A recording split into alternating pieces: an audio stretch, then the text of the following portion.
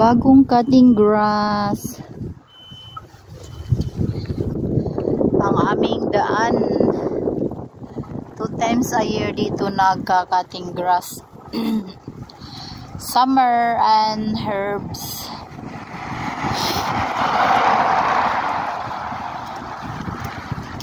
Pero tutubo din naman yan kapag kahit winter.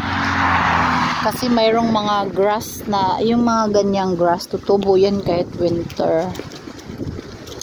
So, pagdating ng summer, ano na yan, mahaba, magka-cutting grass na naman ulit sila. Diba? Ganyan dito. Hindi tulad sa Pinas, puro kurakot yung pera, hindi nagagastos sa dapat gastusan, wala. Nasa bulsa ng mga kakapal ng mga mukha.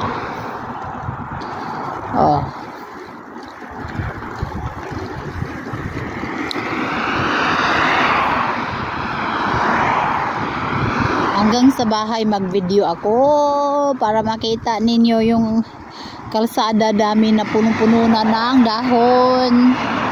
Kita nyo yan, dahon everywhere. Tsaka yan, tignan nyo, parang kakalbo na. At saka yung mga dahon, para nang color brown na kasi wala na, palaglag na yan sila.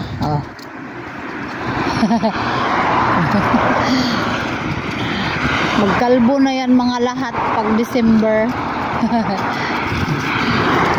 Ang daming walisin.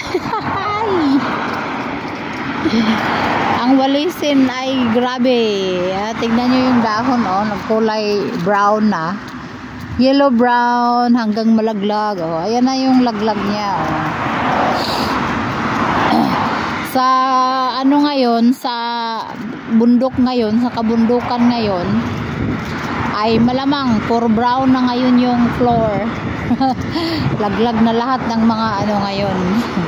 Kasi doon walang naglilinis ng dahon dito kasi may naglilinis. Kaya maganda tignan doon kasi puro brown yung yung paligid ba. Dito kasi wala, may naglilinis kasi dito. Nililinis talaga nila yan. Mahaba na yung damo para hindi malibat yung mga bikers. Tulad ni Irene, libat.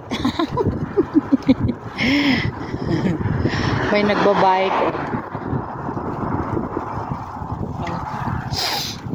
Yan, pagkaming na ako sa amin, yung mga dahon puro na, wala nang green, yellow na lahat, puro na yellow. Ganito pag herbs, tapos ganyan yung yung daanan, wala pa yan. Doon talaga sa mga natures talaga, sa medyo forest or lasang, ay nako, sobrang kulay-kulay na yan doon ngayon. Sobrang kulay-kulay na. Sabi ko nga kay Teo mamasyal kami sa lasang kasi ang ganda na sa lasang ngayon dahil kulay-kulay na. Yung dinadaanan ko, yung dahon, grabe na. So ganda tignan, pero yung pagtrabaho lang nito,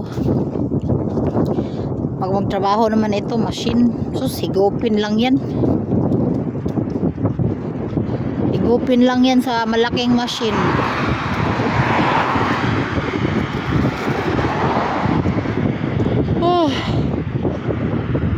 Yung lamig, nakakaantok yung lamig.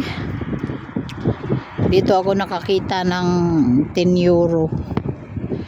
Tapos ilang buwan din, nawalan din ako ng 60 euro.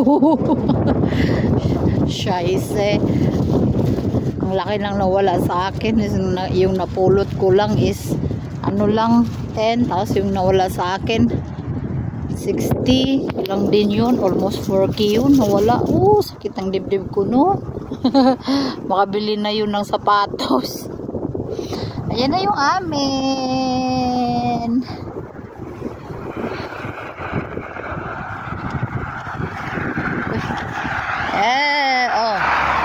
Ayan, may bisita na naman kami. Yung isang sasakyan sa bayaw ko yan, yung maliit. Ayan yung amin, no. T-Roc. Yung new naming car, Ito sa aking bayaw, new din yan. Tignan nyo dito. Tignan nyo sa aming, dito, sa garahean namin, Tignan nyo yung linisan ni Irene. Ay, yatay man to, Saan pa kayo? Oops! Agoy, tabang mga kalangitan. Ayan yung aming backhoe. Tricky, kumbaga. Ayan, Wow! Sarap na ditong magbudot. Kaya ang kulay-kulay na. Okay!